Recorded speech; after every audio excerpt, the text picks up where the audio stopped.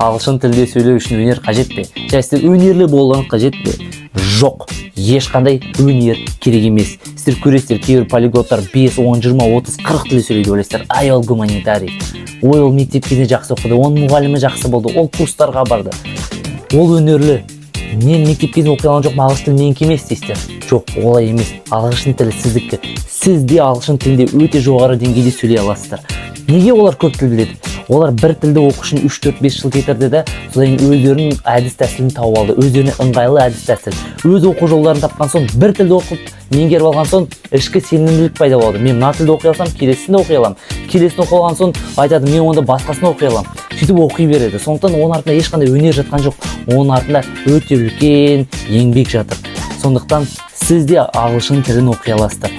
Егер сіздер өнер туралы айтқыларыңыз келсе, қазақ болсаңыз, қазақ халқы жайдан жай өнерлі туасады.